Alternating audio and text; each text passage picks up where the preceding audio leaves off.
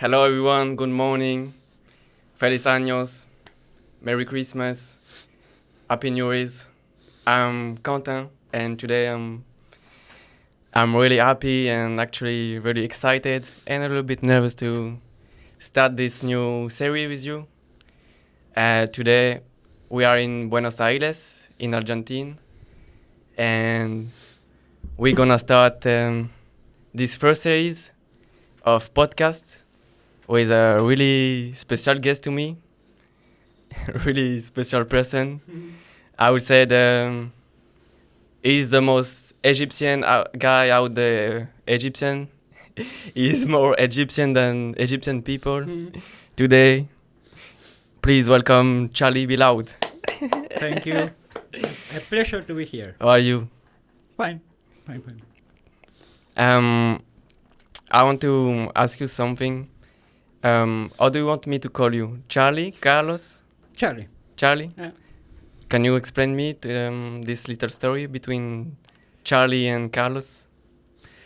It is a hard way to start because at some point here in Argentina, people used to call Carlos, people used to call Charlie. Uh-huh. But I had some complicated times with nightlife and those things. And by that time, there was a show called Two and a Half Man with Charlie Sheen, a kind of crazy guy. Mm-hmm. And people say, hey, you remind me this guy and his way of living. And that is how Charlie with the I and E came to my life. Wow. So we're gonna call you Charlie, right? Right. And the Be Loud. Be Loud is one of my... You know that I have several kind of lives in one. Yeah. Be Loud is my... how to say? It is like my musical ego. Mm-hmm. Because at some point I felt I was kind of trapped by reality and I needed to say something. So I was telling myself, be loud, because they don't listen until they do. Show yourself. Yeah. Oh, we're gonna dig that subject later, right? As you want.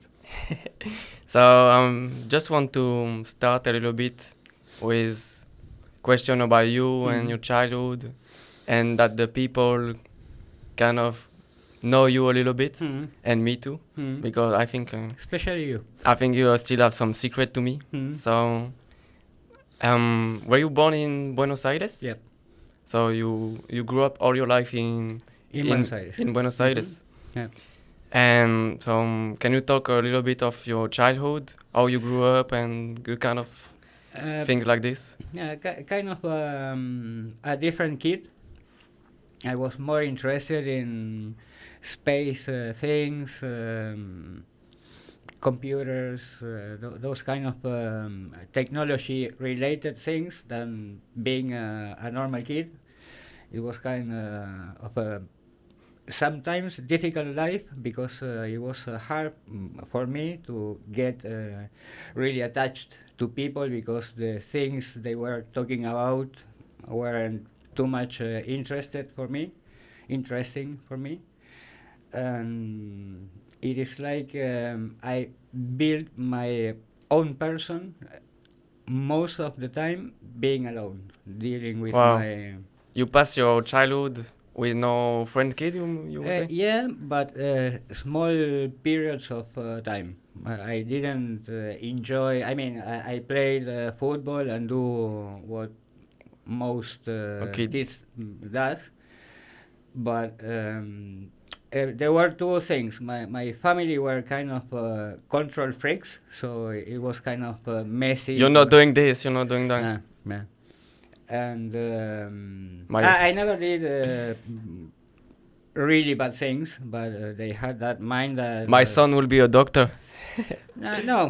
They were working class people, so they only believed in hard Working work. hard.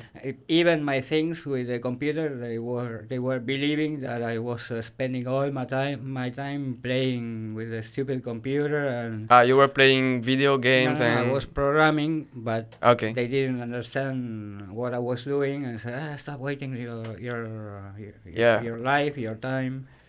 And but besides that, the things that little kids are interested in were, I don't know, not interesting, not really interesting. So- I prefer to go every night to the roof of my house to see the stars and spend 4 hours thinking and Watching at the sky and the stars. the Orion stars. I remember thinking of something like going to the moon or dreaming of something particular.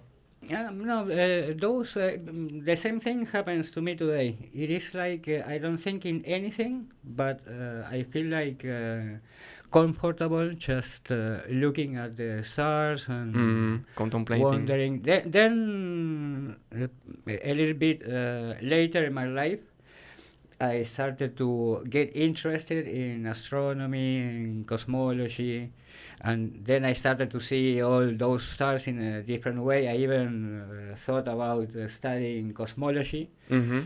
Argentina is a very complicated place to study complex careers, because it is harder to get a job for that and blah blah blah. But at some point, what it was natural to me, it started to turn into normal curiosity. Like once I understood how a star is made, I started thinking in the process And how a star is made? You remember? pressure. In the atmosphere? Like us, when you have enough pressure, Yeah.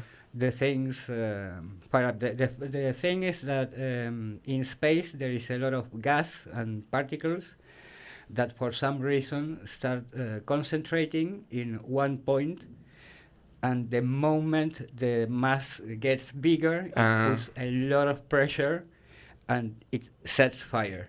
It's like billion of energy assembling together and making shine. Yeah, but then what you have is that you have two forces. One force is the weight of the star. It pushes to the inside. That is what it creates the energy, and then you have the opposite side, the opposite force that try to expand. So it is a constant fight between exploding and imploding. That is why when a star runs out of its fuel, it can They shine more. boom or simply get faded away. I have a question about stars. Is it true that, sometimes you watch at the sky and you see stars? And they said that when you watch actually your stars from Earth, the stars is already dead or gone.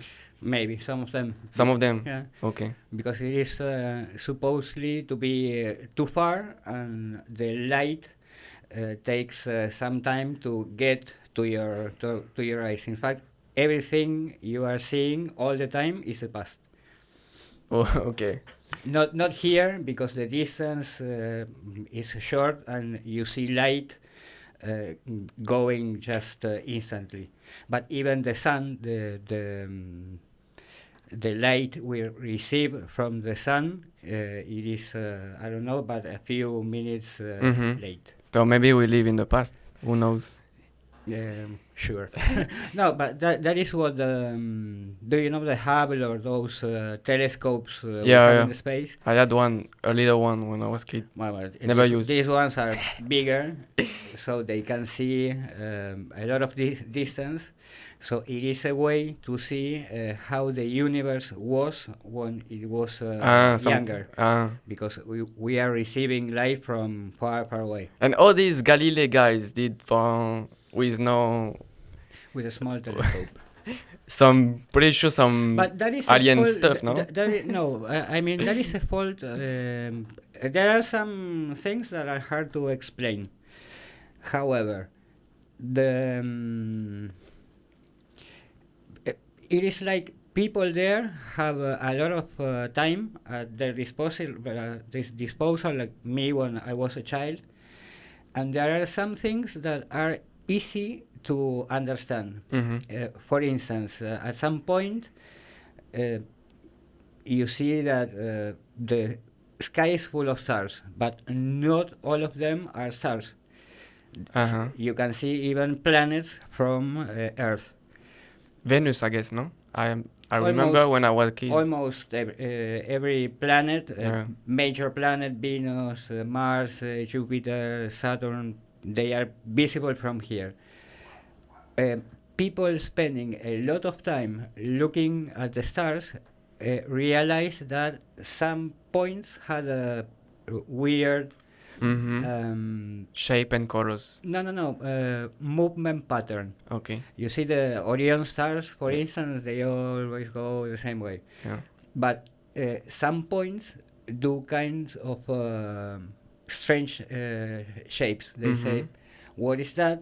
So they understood that they were moving around something in a different way. So I said, wait, that is not a star, that is a planet, and blah, blah, blah. Are they moving like Earth is moving or Moon is moving toward Earth and around the sun? Yeah. Is it the same movement? The same? Okay. Yeah. Interesting thing, right? Yeah. Let's go back a little bit with your childhood. What kind of school, what kind of studies did you do back in the days? Again, my family. I always interested in technical things and science in general. And maybe because the school was close or blah, blah, blah, even they didn't quite understand the value of a good education, I end up in a commercial school. The basic one, where you don't know what to do. The good thing is at some point, I got involved with computers when I was 15 or so.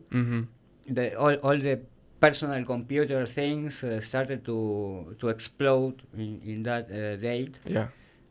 And then the study plan included some technology things, but that was in the end. At the beginning, I found myself studying in a Catholic school. Then I turned to a commercial Catholic school. It is possible to have a commercial Catholic school. Man, the Bible is all about making business, so why not? Can you say around what period of time was it? Like 80?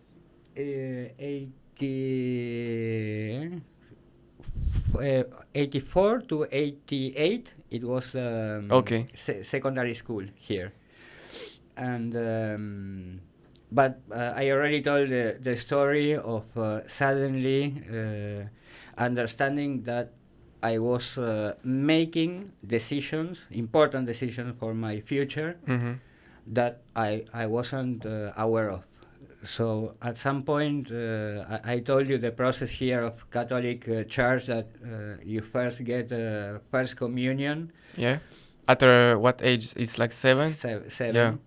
That was not a problem because I was a kid with the thing here. It was kind of funny. But then in the secondary school, it came the confirmation time.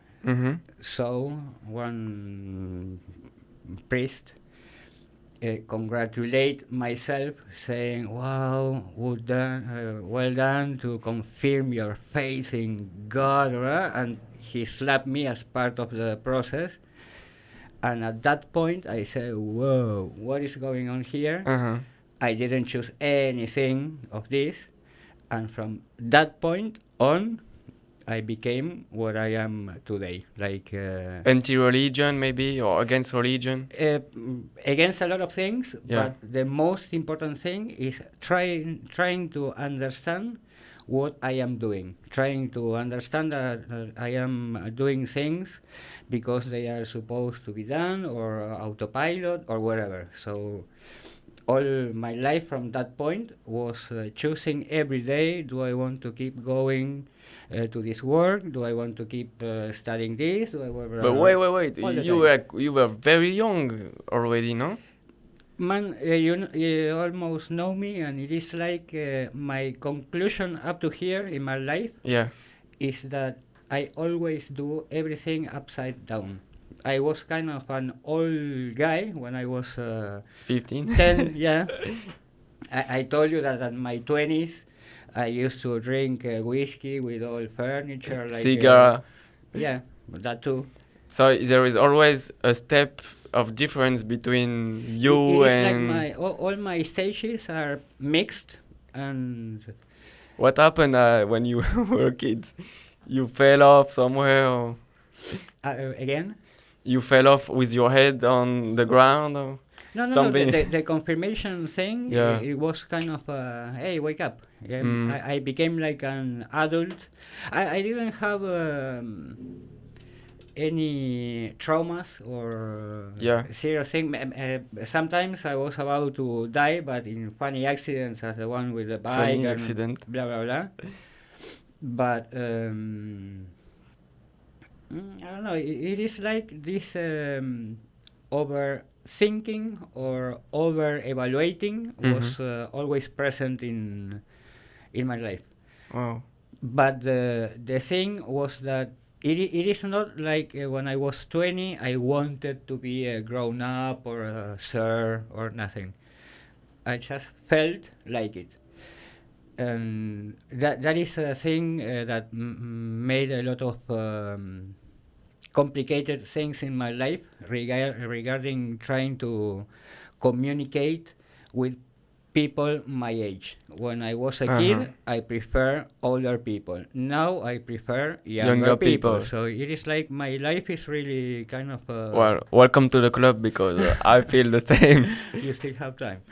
But it is not something that I have as a role I want to play. Yeah. It's something that happens.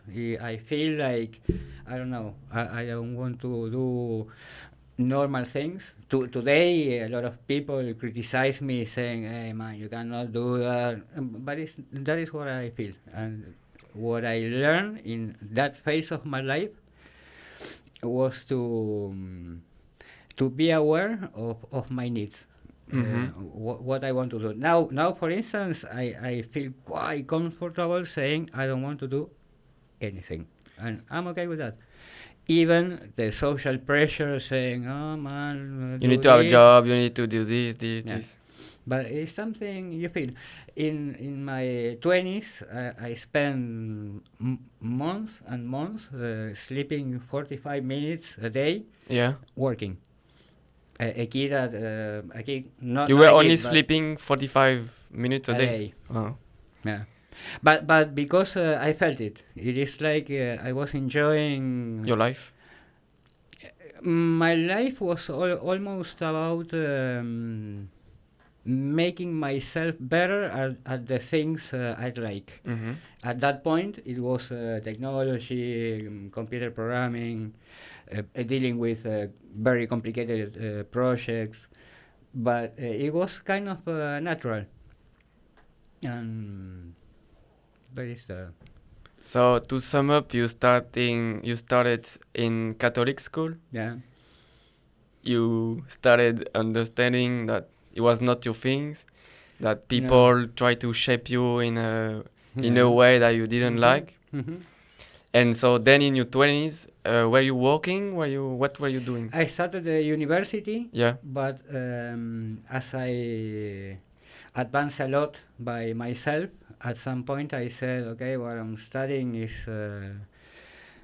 quite old. So I started to work with some personal projects at first, small things like bank account management for people. Then I started to work for companies. And again, I left the university I made a relatively complicated computer system for a postal office here. Mm-hmm. It went great, and then I jumped with no scale to huge projects. Okay.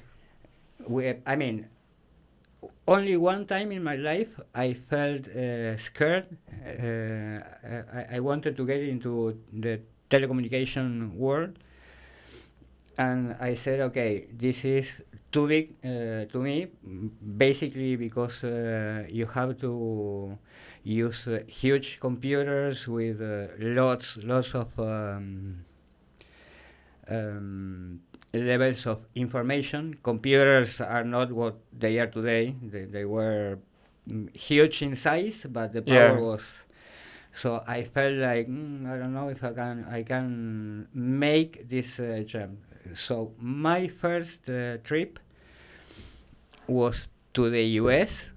for a seminar regarding large scale system. Full of fear. When the moment I got into the plane, I started to cry.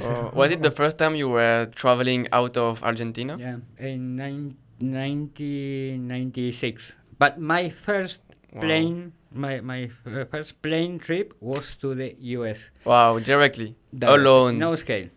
And when I came, but that time I was working in the Ministry of Economy. I ended up being the responsible of the National Budget Office. That was also a heavy thing because there were a lot of people involved, really complicated environment. And then I jumped to the telecommunication world after doing that 2-week heavy seminar in Dallas. And then I did two huge, all the service activation of Argentina, or half of Argentina, because the company handled only one half of the country. I started because I started in that project because I knew a particular technology, and in 1 year, when I arrived to that project, the project had no advance, nothing. All the people were, I don't know, completely out of focus. Not a real advance in the project.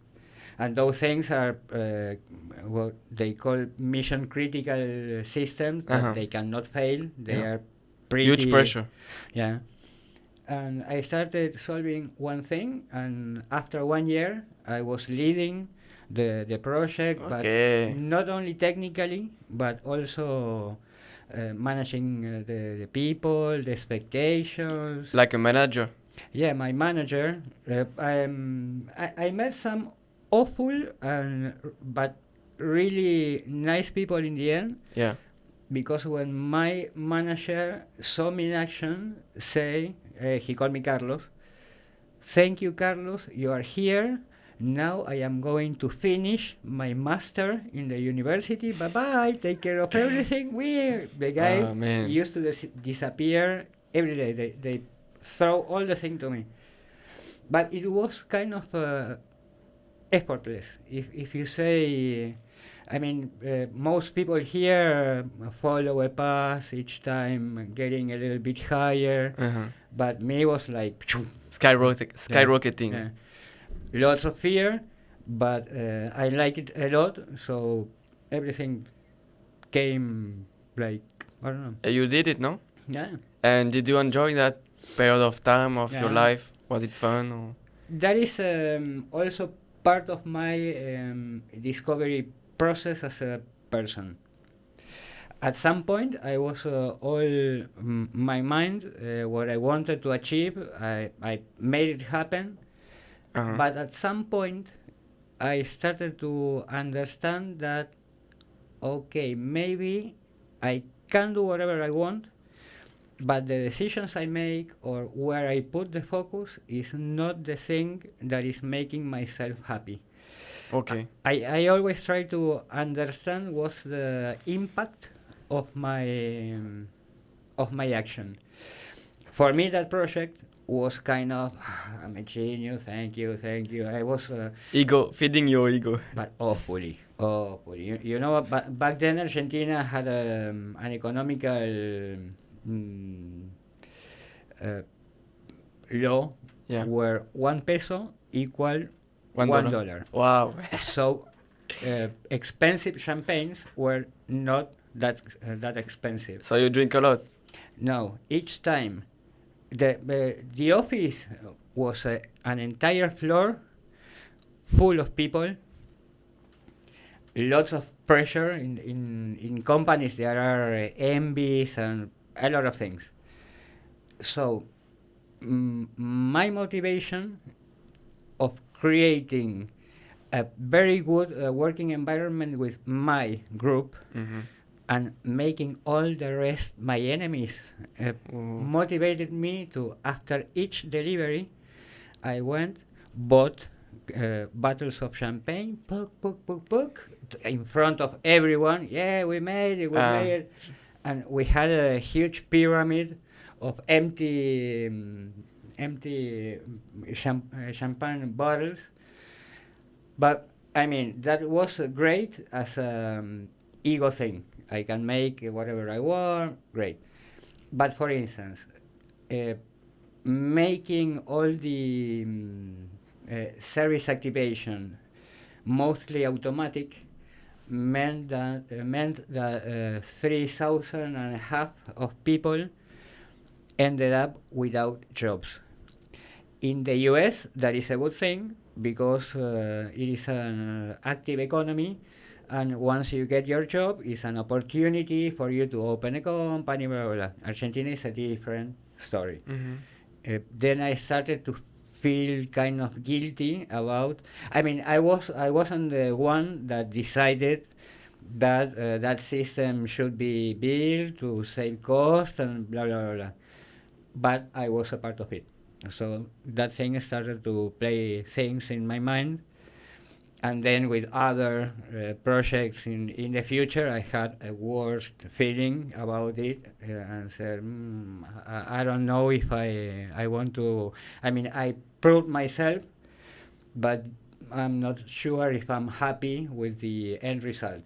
So I said, okay, and that is where 2012, Okay. a magical date, it got worse. The end of the world. The end of the world, yeah. You remember? My mental world.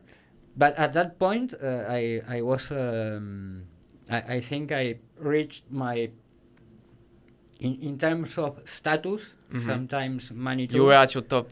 Yeah, I was working for IBM, Oracle, which is a huge company. But I said, okay.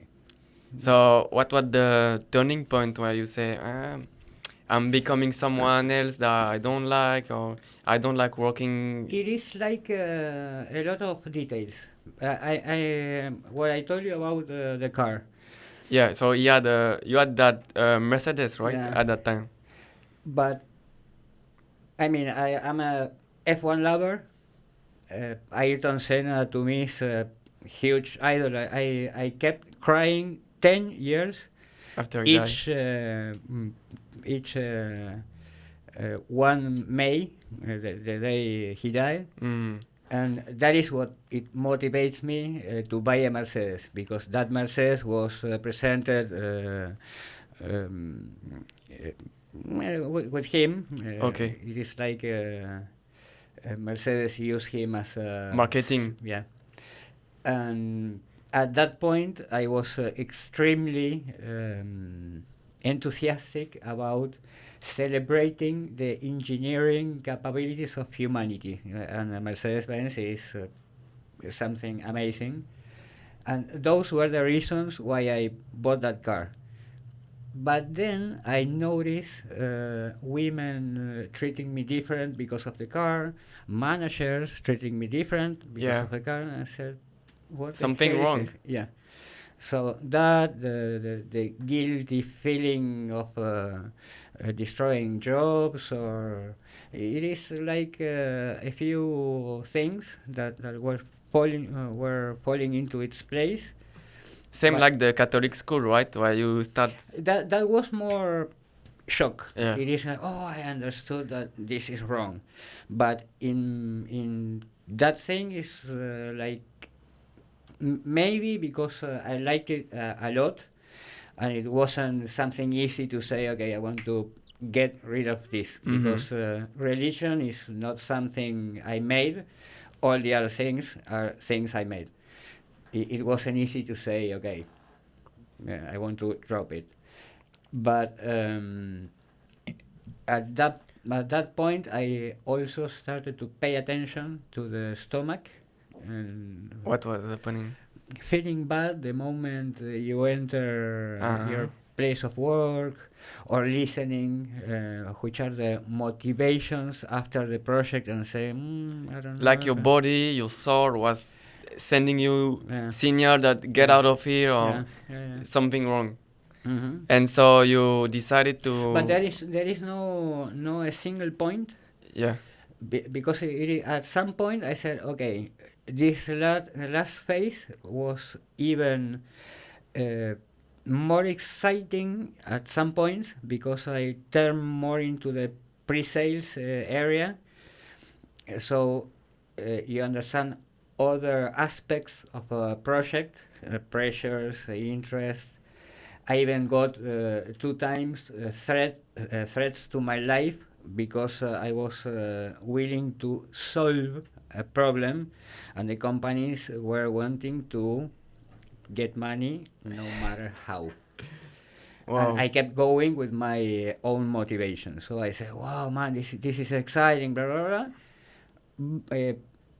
Maybe the first of the telecommunication thing, right, was ego feeding. This last phase was more character feeding, saying, "I won't stop because you are saying I'm going to have an accident." This is not my values and. Yeah. Okay. And also bravery, because you sometimes you can take death threats as a stupid thing. Like the fight with the guy I told you, I'm gonna kill you. That is a stupid thing. Yeah. But when you are in a context where millions of dollars are in place, and companies from complicated countries, you know what I mean? Yeah. It is another thing. It is. I took them seriously. I really believed it could happen, but I said to myself, I don't care. So let's go. Let's go.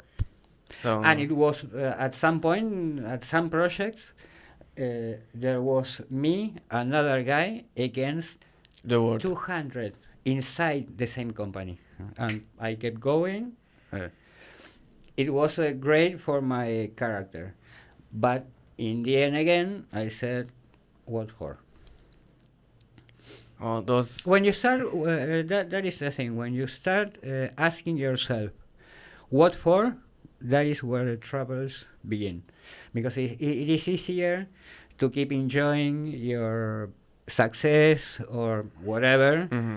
And what I told you the other day, living the life the other people valorates from you. Like if other people sees me as a successful man, then I'm happy. Yeah. Breaking that way of thinking was also hard. Many people say, "No, man, you cannot quit." You have money. You have you have a Yeah. Mercedes. Yeah.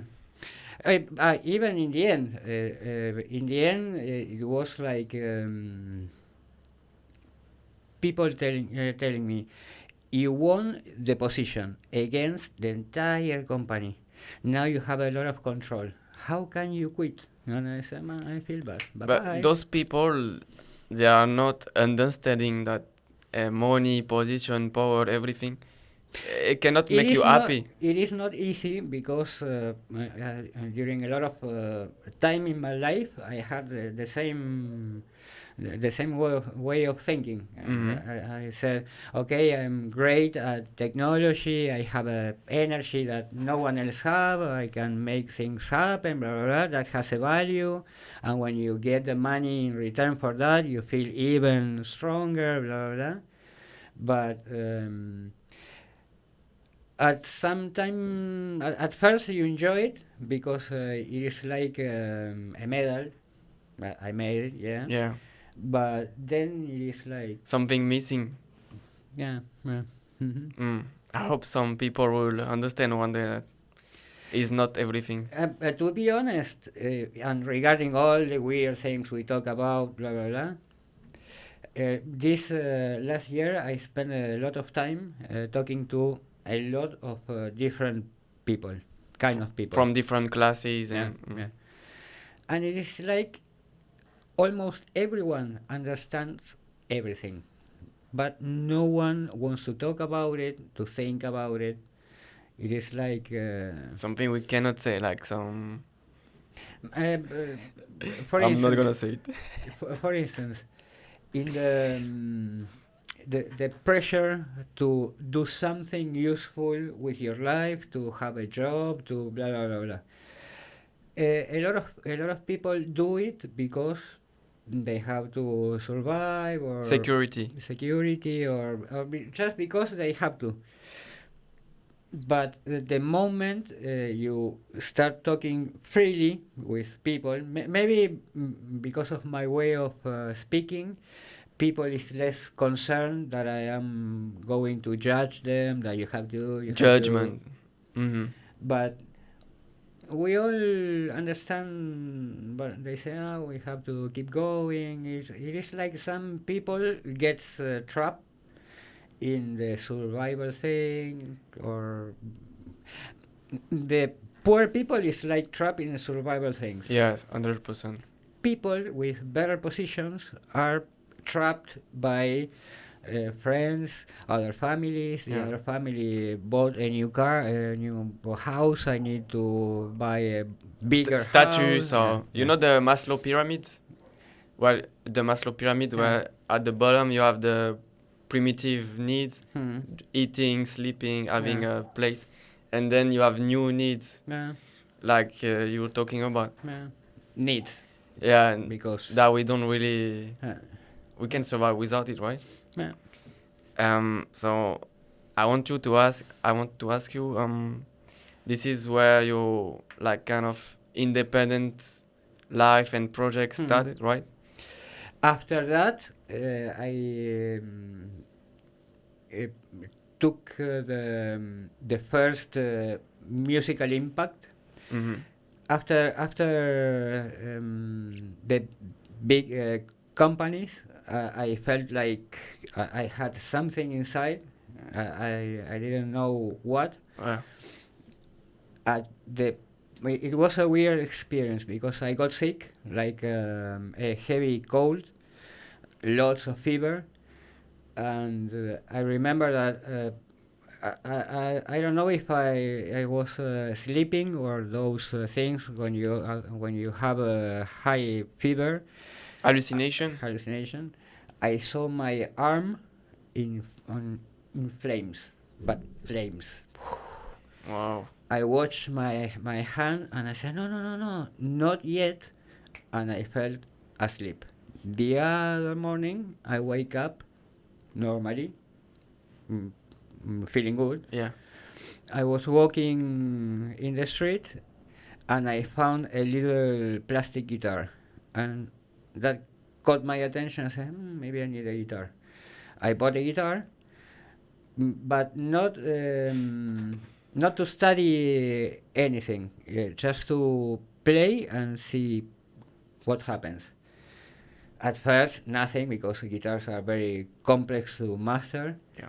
But then the moment I start understanding some chords and some things, it is like I understood that, that has an impact on me. Healing my inner side. It is allowing me to, without words, but it was like it was allowing me to start expressing something. That is when the be loud came out. Okay. They need to say. Charlie Be Loud. Yeah, they need to say something. Then I don't know if I was kind of interested in terrorism. And I say, okay, I know a lot of things about technology. Maybe I can do some tests to see if I can detect weird patterns for security cameras. Like at that moment, artificial intelligence was starting to move. Not as fast as now, but it became Emerging. yeah, and being almost useful.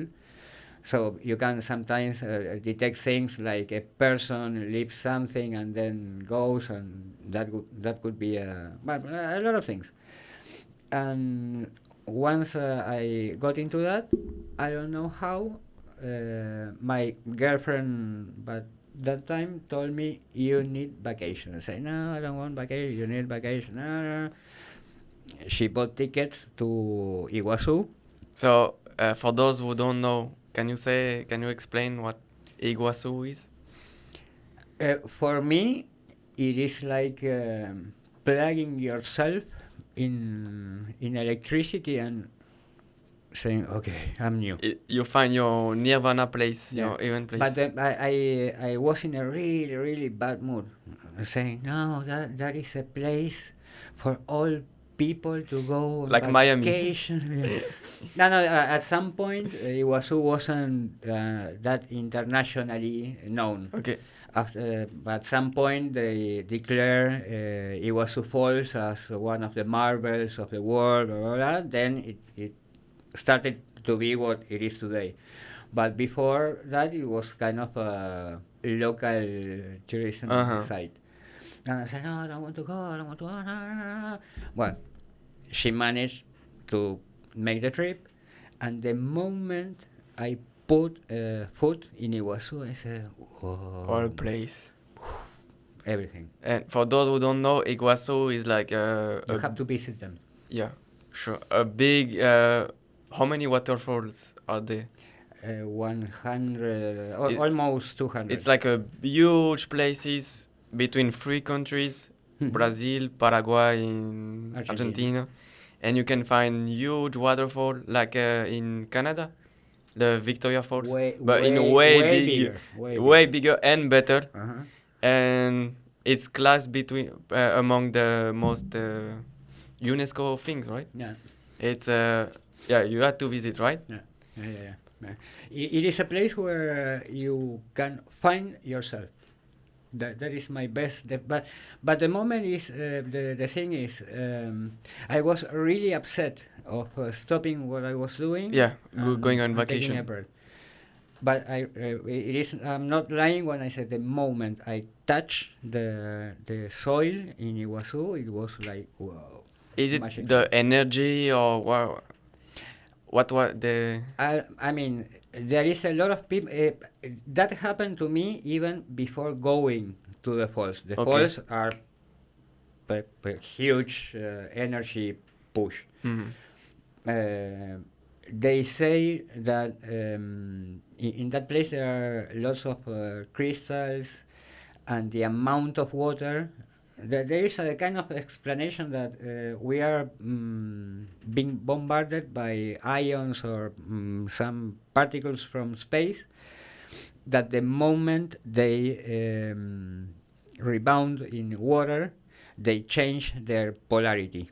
So maybe that is the nice thing in the air around that place. I don't know.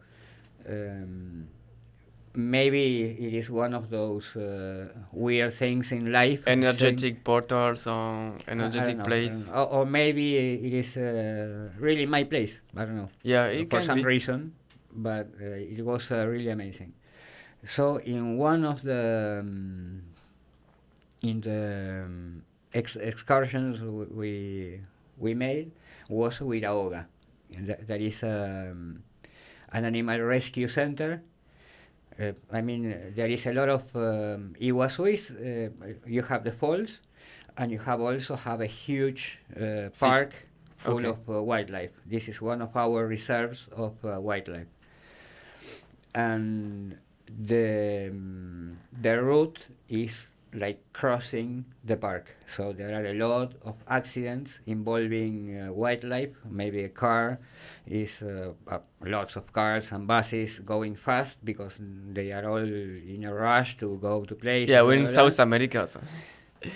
And a lot of animals get injured by cars. So in this place, GUIRA OGA, they pick up injured animals and they try to cure them, heal them, and then try to release them. Sometimes they can, sometimes they can't. But I don't know why we end up there, and it was the daughter of the founder, the guide that day. She kept speaking to me all the trip, and I got so sad. I said, "Whoa, man!" I really wanted to cry. It was awful to see that reality. Was about the animals getting injured. Yeah. Watching them, and she also told me not only about the accidents that are sad enough, but the things that people do with wildlife, like hunting them and trying to sell the skin birds and putting them in bottles to see if two can arrive alive to Buenos Aires to sell. It was quite sad. And I said, "Whoa, I need to do something." And this is, the moment I understood that jaguars were in the same position, I was, whoa. Did you see some jaguars that day? Not there, because the space is kind of small. They cannot keep big animals. They have parrots and ocelotes, which is a kind of small felines. Yeah. But I got details about what was going on with jaguars there, and I have a huge, since I was a kid. When I was a kid, for instance, I collected small cats. I had almost 14 at some point. 14 cats?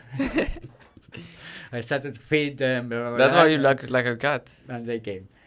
And I always had an attachment with cats. And the moment I heard about the jaguars and blah, blah, blah, I said, no, man, I have to do something with it. And that is... you heard the call from... nature or something. To do something. On my site, I wrote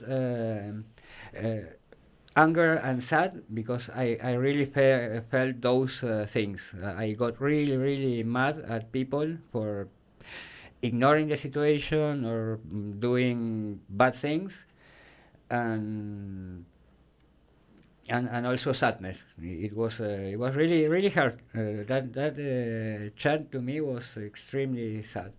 And then I started to try to rethink what I was doing regarding computer vision and those things, to try to apply that technology to try to detect before it happens dangerous things for jaguars. Like so you put some cameras and detectors on jungle to detect something? I couldn't manage to keep my brain at bay, and I came with the current situation is that biologists tend to put something that is called trap cameras. Like a motion sensor can detect that something is moving and take pictures. That is good to understand if the population is growing or blah, blah, blah, blah. But they are passive.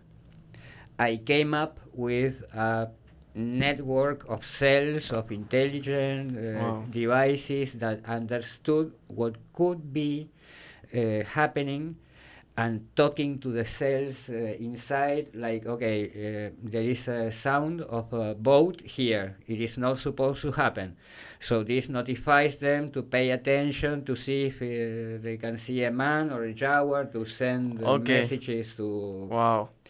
But You're genius. Quite. I tend to think in complicated things naturally, but then I try to explain the project to some people. Each time I get in contact with society, it's like I feel, oh, man, Like a jaguar meeting a human. Yeah, this is not the way to. This is not the way to go. Wow. Because I mean, I had the feeling sometimes that biologists, some of them do good things, but other ones are more interested in the publication I will produce with this thing, and they will publish my note in I don't know where. Again, it's all about getting the light and the prize. They are the ones to blame for that, but that is how the system also works, because they are paid. That is, I think, that is the issue of my life. Doing things for the objective, not the surrounding things. These guys, most of them, get better pay if they have publications in some kind of magazines or blah, blah, blah. So speaking with them, I said, okay, man, this is a stupid, egocentric idiot. I had a huge discussion with a stupid guy here. I won't name it, but he has a small thing that only asks for money to do stupid things.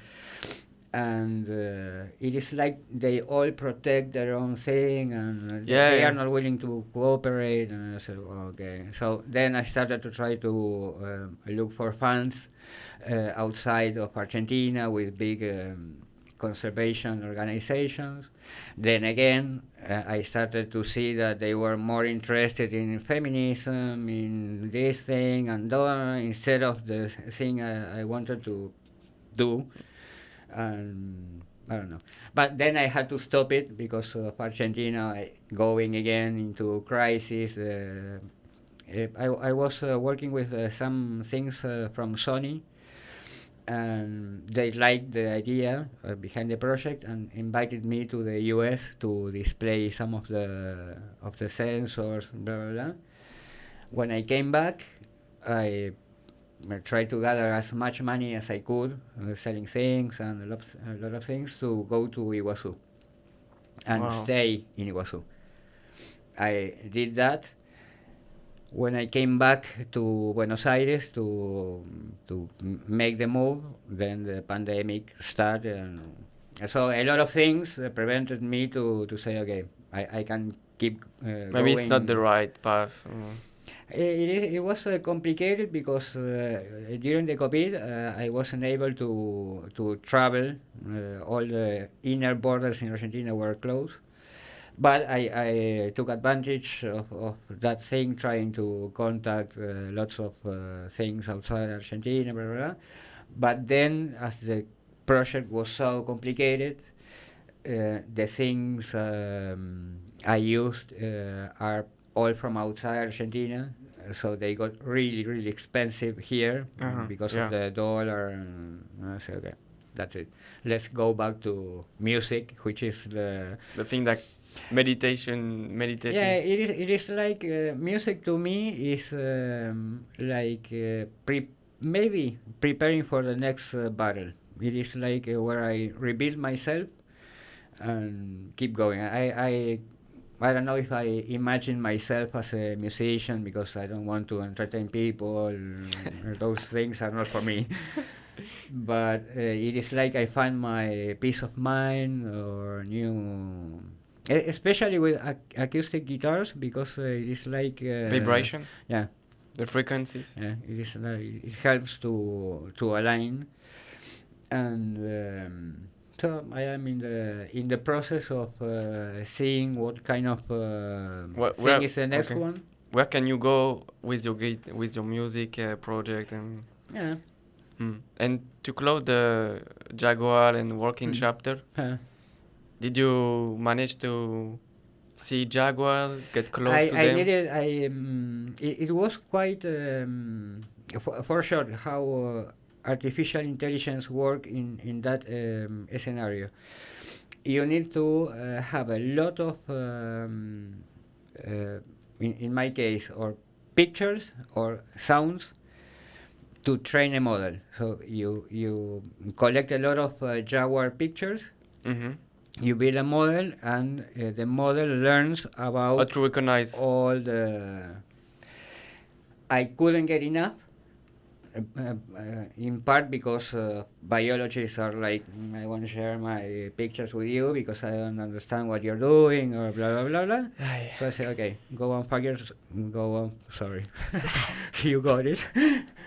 And I went to Corrientes because there is a nice thing happening in Argentina that a big organization is trying to reintroduce jaguars in Corrientes, in Esteros de Iberá. They disappeared from there, and they are getting them back by restoring the place, and a huge, a very, very, very nice project. Yeah, very nice, with very concrete results in terms of wildlife, and also the way they change the mentality of people there. In Corrientes, people used to hunt jaguars. Now they see jaguars as an opportunity to improve tourism activities and blah, blah, blah. And they have a big cat that is the grandmother of all these new kids. And I went there to take pictures, blah, blah, blah. Wow. And it was a magical thing to me. Yeah. You finally met the... Yeah, but it was quite shocking because they have in a small jungle for her, and there is a concrete room where they feed her. Okay. So they said, okay, the moment we feed her, we will let you alone with her, with a thing in a cage. In the middle. And she came to me slowly, big foot this size, completely silent. And the first thing the jaguar did was to show me the teeth. Wow. Like, it's my food. I said, whoa. I paralyzed. But then she got used. I set all the cameras to take pictures from all possible angles. And then when I finished, she's like, she had a problem with the sight. Okay. But she was keeping track of my eyes all the time. She could feel you. Yeah. Really, really great animals. And I was so impressed that the moment I finished with the pictures and blah, blah, blah, she sat almost the same distance. She sat there, I sat here, and I kept looking at her. 2 hours. 2 hours? I lost the bus. I was so marveled because when you see them in person, yeah, they are like golden, they are beautiful. And that is it is quite hard to see a jaguar. I have one of the good biologists in Jujuy, Salta. He had an experience facing a jaguar in the wild, and they were walking through a national park, and then they see a lot of animals running desperately, and behind them a jaguar, completely silent. And then he stopped. With a paw. He stopped. No noise at all. Look at them. Keep walking, and that's it. But it is really hard to find a jaguar in nature in Argentina, besides the things you can capture with a camera. Where can you find nowadays a jaguar? In Costa Rica? In there Amazon? Are jaguars almost almost in all the America continent. Ecuador also had, Colombia too. In fact, they are doing some good things in Colombia regarding jaguars because they have a lot of trouble with dogs from the people Oh yeah.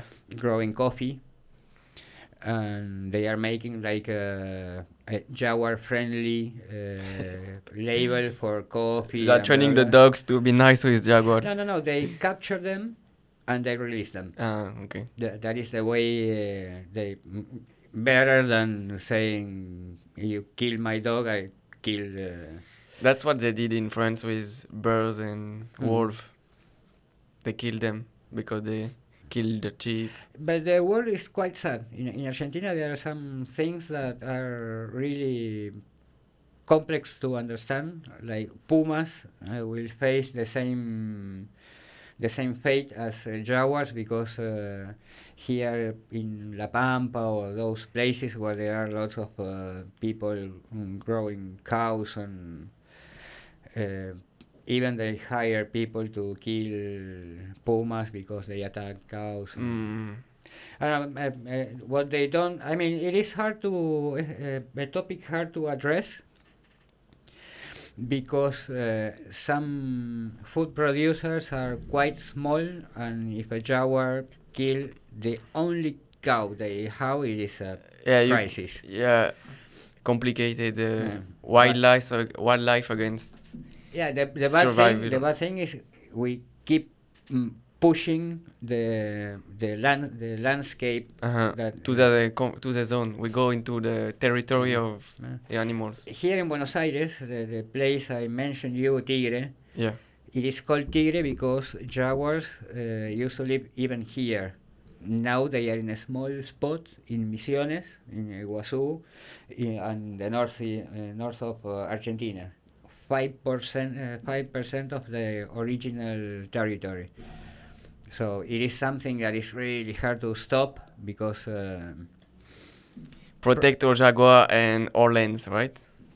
The thing is that the world keeps moving, spreading. Yeah. So if you say, "Hey, we have to be careful," because I mean, my motivation was affection for the cats.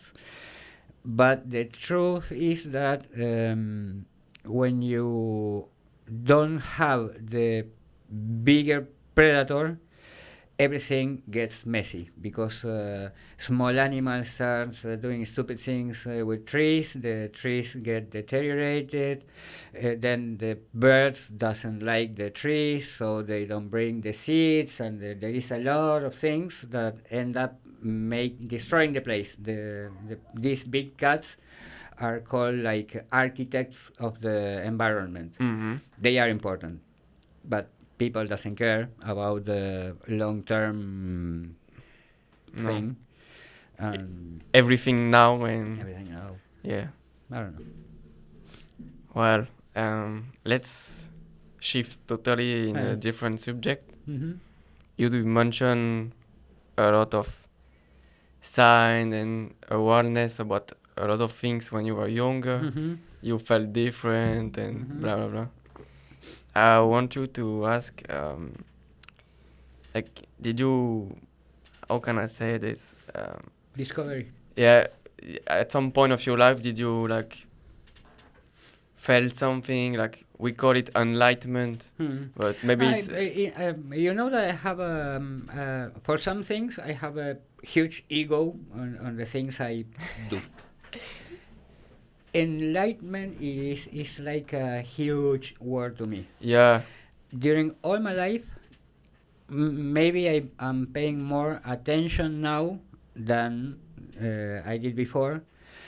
I had signs that was going on there. I wouldn't say I'm enlightened in anything. I always felt like there is something more. One of the things is the thing you know about Egypt. Let's talk about Egypt. I see you. My uncle. You have your necklace. What is that? This is a key of life. Yeah. Yeah. It is. I mean, I don't believe any too much in these things, Yeah. but it feels good. It's like Your protection. I'm giving it the power to make myself feel more balanced. Mm-hmm. But that is me. But no, when I was a kid, I had the tendency, out of nowhere, of writing things in a kind of hieroglyphs, but not not the ones as the Egyptian ones, but like triangle Imitating. coding. Yeah. Imitating, no, because I didn't know about it yet. Okay. When I am talking when I was really Your a own. kid. It was your own language. But stupid things, like a kid protecting secrets, blah, blah, and hiding the notes in Under the bed. places, blah, blah. But then at some point, well, of course, the Orion thing, and I mean, it is a kind of a sign when you see that something makes you feel calm. Iguazu, looking at Orion or those things, it is like they are like kind of hard to explain why that feeling, especially on me, because I tend to be electric all the time, mental and thinking, but there are some things that like, okay, I relax, like everything is okay when doing that, looking at something. And the first thing in my life, well, I was like 8, 7, so I opened a dictionary and I saw the Nefertiti statue. Nefertiti was a queen, right? Nefertiti was a Or queen. a pharaoh.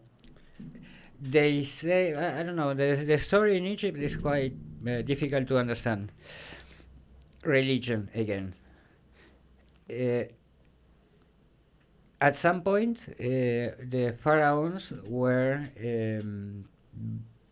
being less powerful because the more power was in the religious The priest. clan. So Akhenaton was a pharaoh that said, okay, all the gods out. It's me now.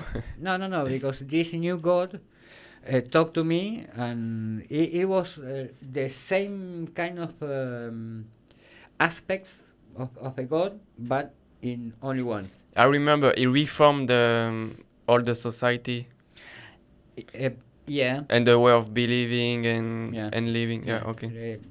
He made a new capital, Yeah. blah, blah, blah.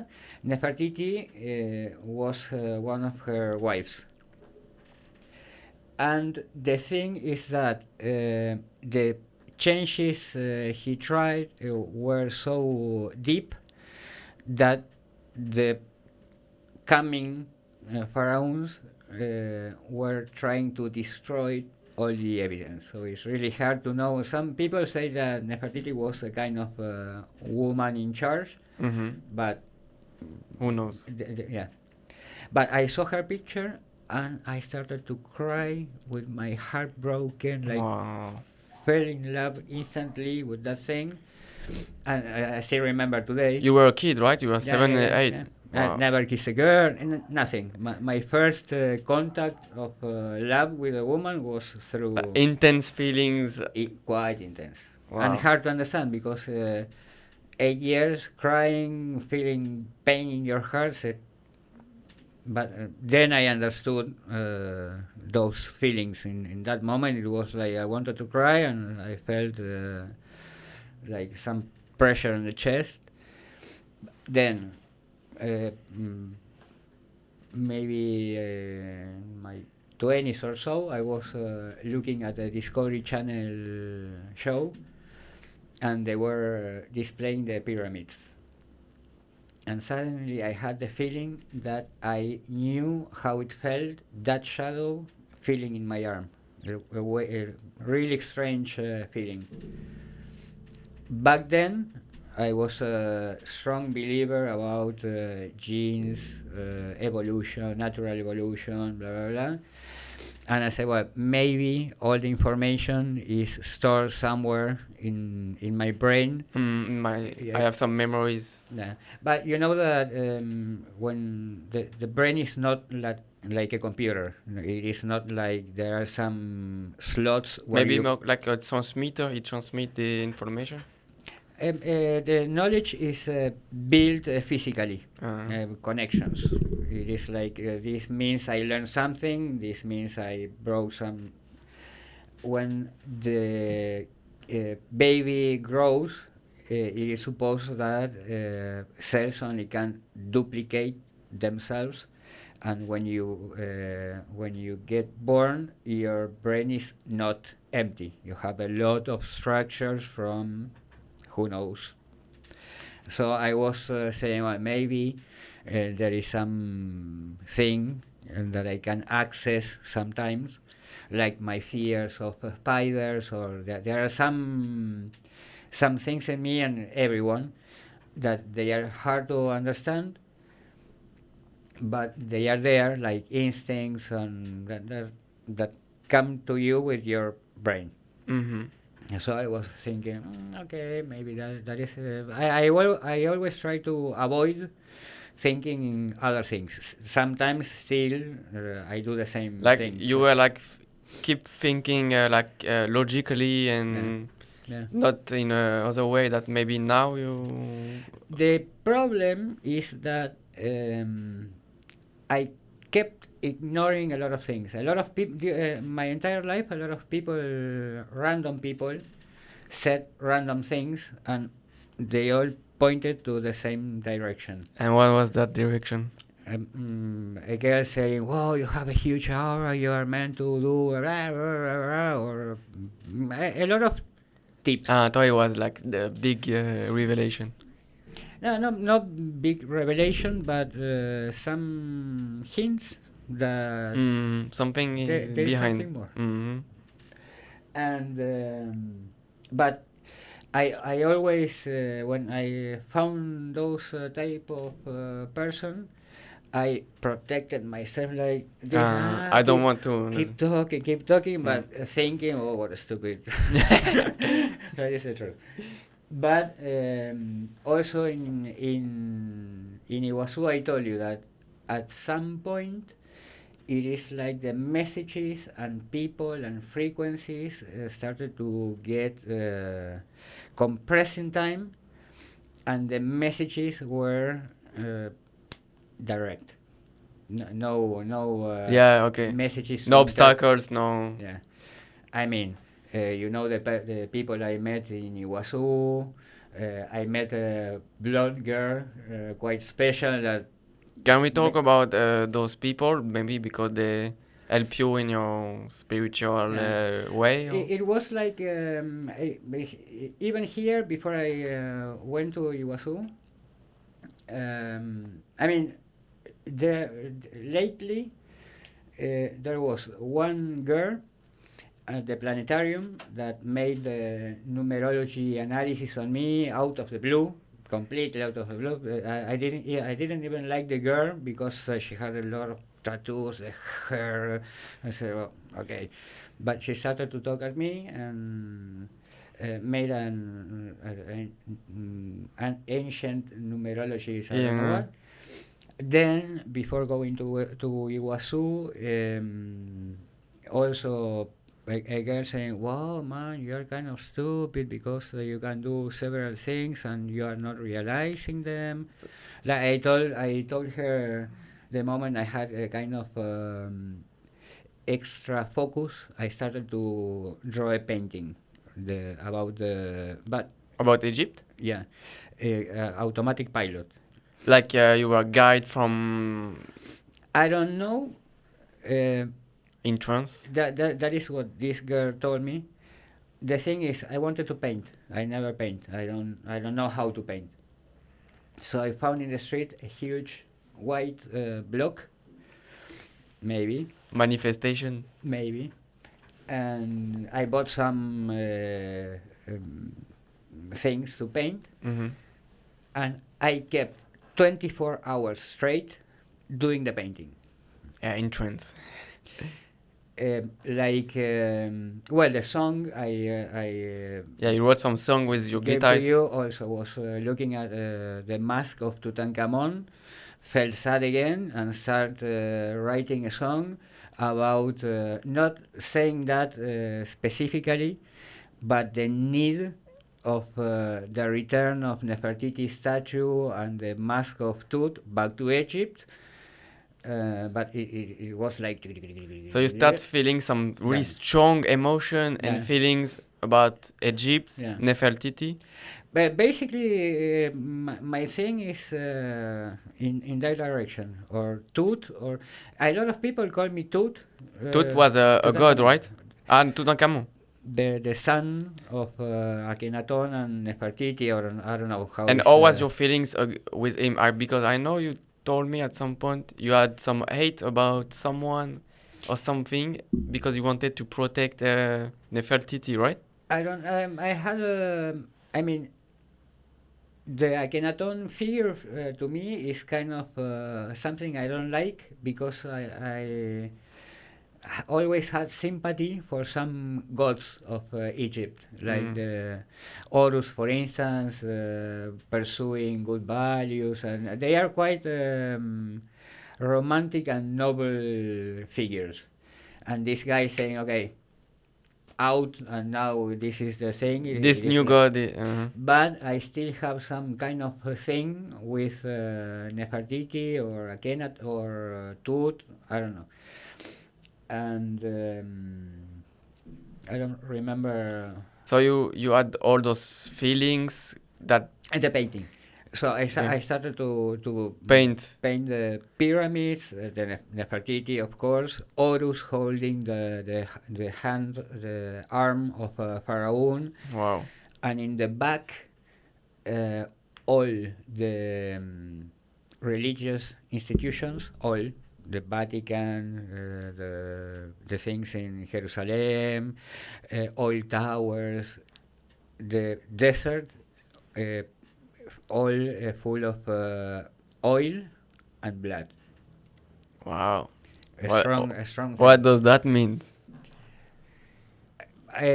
I put a title on it, like the return of the old goats or old values. I don't remember, but it is like it was a kind of expressing my disliking of this modern society and values and all the things, with something that I always saw like more simple, like pursuing a good life, a pure heart. Nothing more. And this girl told me, "Oh, you were like in trance. It is like something entering control you." At some point, it is like I felt that thing because I was painting Horus in gold, not gold, but golden painting. Yeah.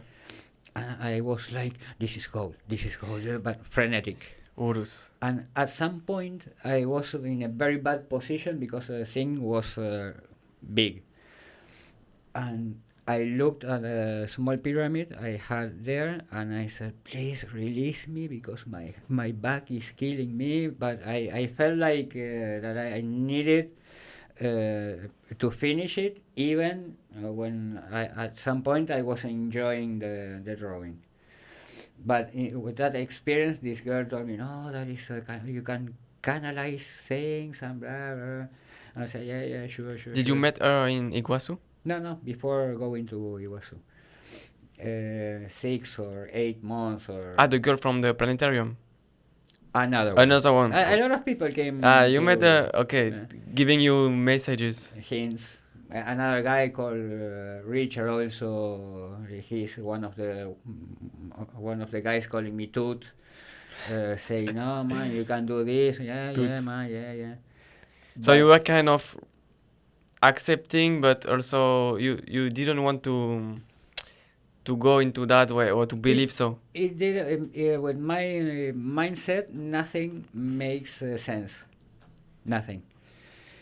But the moment when you start seeing in your... I mean, when the messages are like indirect things, I always find a way to say maybe this was I don't know. I always find a logical Answer. answer that keeps me okay. I'm safe. I understand Yeah. what is going on. That's it. To close your eyes. Yeah, but there in Iguazu, a few people started to talk at me. First, doing stupid things. Then I met a guy called Diego with huge head, really interesting points of view, quite lovely to say things. Even sometimes he looked at me like, "You're an idiot. You're not ready for anything." Blah blah. But never trying to impose anything. I have a problem with people try to impose me things. It is like I have to take things at my own rhythm. And these Diego were giving you like some knowledge, some spiritual Hints, advice. he made me no advice. He made me think. Like, Okay. why don't you think about this, or what happens with this situation could be blah blah blah. But quite easy to digest. But the good thing again, maybe at that time I didn't understand half of the things he told me, but I felt quite comfortable in his company. So it is like I was paying attention. Oh, what is going to say? Whatever. Like a master. Like a master. But no, but he's not that kind of guy Yeah. that says, because I'm You should do enlightened. the- No, he is in the process of trying to understand things and blah blah blah. But it was quite pleasant. Then there was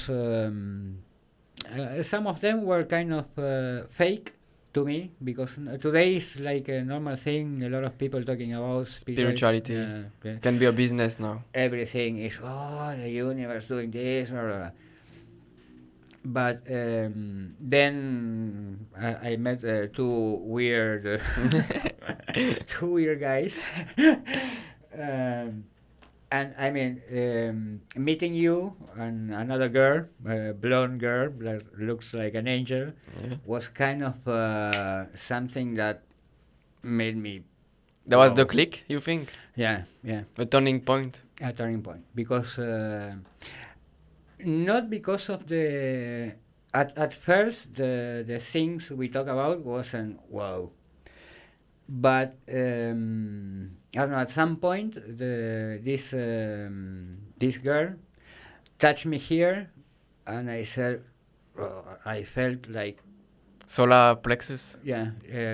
some kind of liberation. I felt like I was even willing to cry, but due to happiness. It's like Liberation of something. yeah. And besides, there are other weird things, like I saw the eyes of these people changing according to situations, her eyes turning blue, like I say, wow, that is an angel, really. And then you with your crazy eyes, one day you were kind of mad because of something.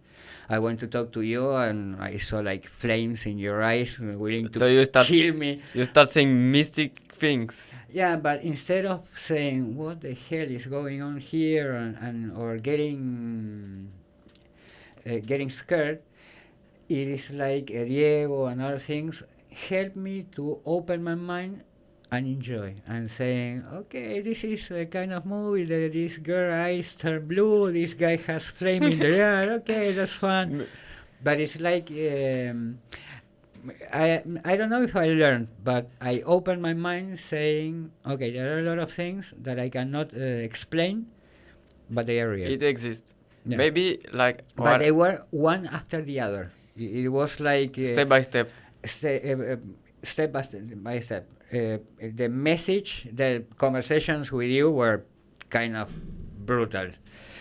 It is like there was no need to talk about indirect things or with soft. It was like concrete things. Like, come on, man, but even today, when I have these dreams, the good thing that I feel comfortable talking about this is because a lot of these things happen with people next to me, witness. But the fact of having a dream and that thing happening the next day, I said, what the hell is going on here? Because one thing is to try to escape, say, no, maybe that is an interpretation of blah, blah, blah. But a few times here, I told a girl last night I had a dream that this happened, this happened, this happened in front of her. First I told the dream, and she kept with me, and in front of her, all the things happened, and we say, "Wow!" So, Like kind of you kind of premeditate. that is the discussion we always had. If I generate those things, or one guy that is religious but a good one, not trying to impose anything. She drops sometimes phrases, and he says, in the end, everything is already done. So at some point, that makes sense to me, saying that, okay, that already happened for some reason, event in time or whatever, allow me to see that thing that is going to happen a few hours in the future. Okay, that's it.